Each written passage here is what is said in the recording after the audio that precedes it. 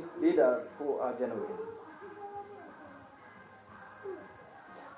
But I know God doesn't point at you as an error when Jesus is still raising a hand and you think, I will not save you.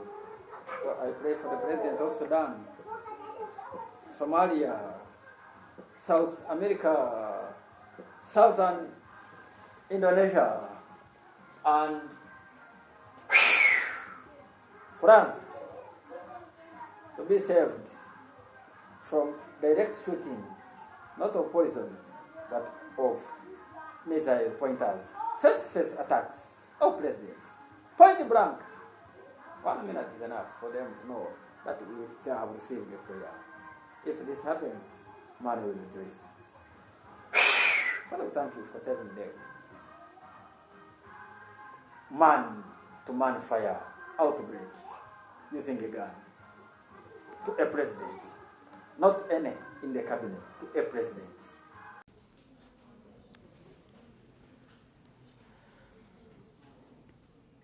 Moving on to East African country of Somalia, where President Hassan Sheikh Mohamud narrowly escaped an assassination attempt.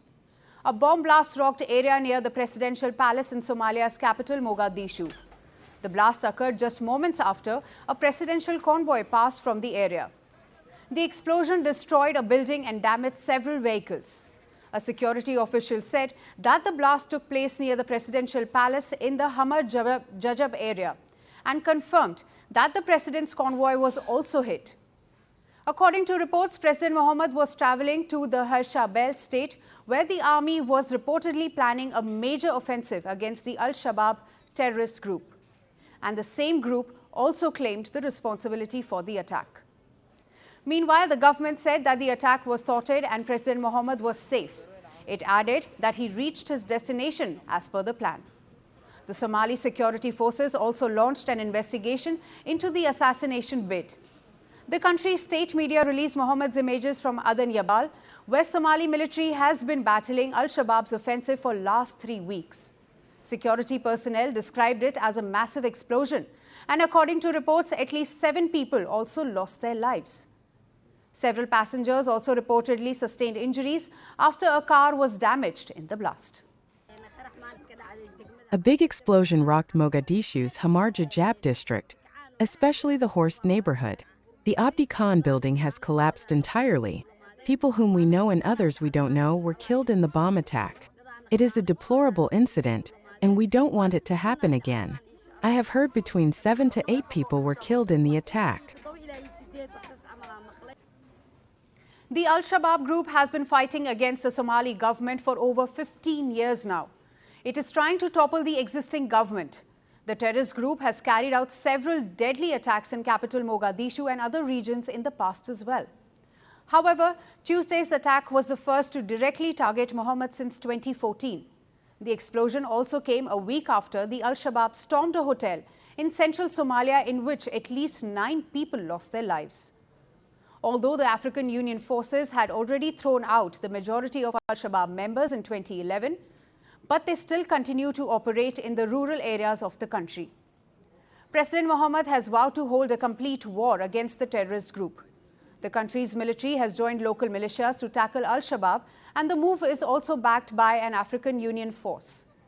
Meanwhile, the US forces are also trying to end the presence of Al-Shabaab completely in Somalia by launching several airstrikes. The head of the African Union Commission, Mohammed Ali Yusuf, also condemned the attack. He described it as a cowardly and indiscriminate car bomb attack. Yusuf also called it a desperate attempt by Al-Shabaab to undermine the resolve of the Somali people. With this brazen attack, the Al-Shabaab terrorist has directly threatened the Somali head of the state and has left its corridors of power in shock. The question is, will Somalia, with support from the United States, launch a bigger retaliation and a wider operation to wipe out terrorism? We will continue to bring you all the updates. Do you think that Ukraine is at its weakest position? This war is not about Ukraine. Do you believe that your president was insulted? Yes or no question? Is Ukraine prepared to pay the price for that peace? No compromises at the cost of territorial integrity and sovereignty. Diplomacy will work? Yes, Do you it think will. Russia will give up the territory if there is no ceasefire? Do you propose to keep fighting? We are ready to resist. Do you think there will be peace? Many countries gave us 3 days. President Trump said you don't have any cards. We do not have another choice. How do you keep fighting? You ask me once again the same question. Because you've not answered my question. We have enough capacities to keep fighting.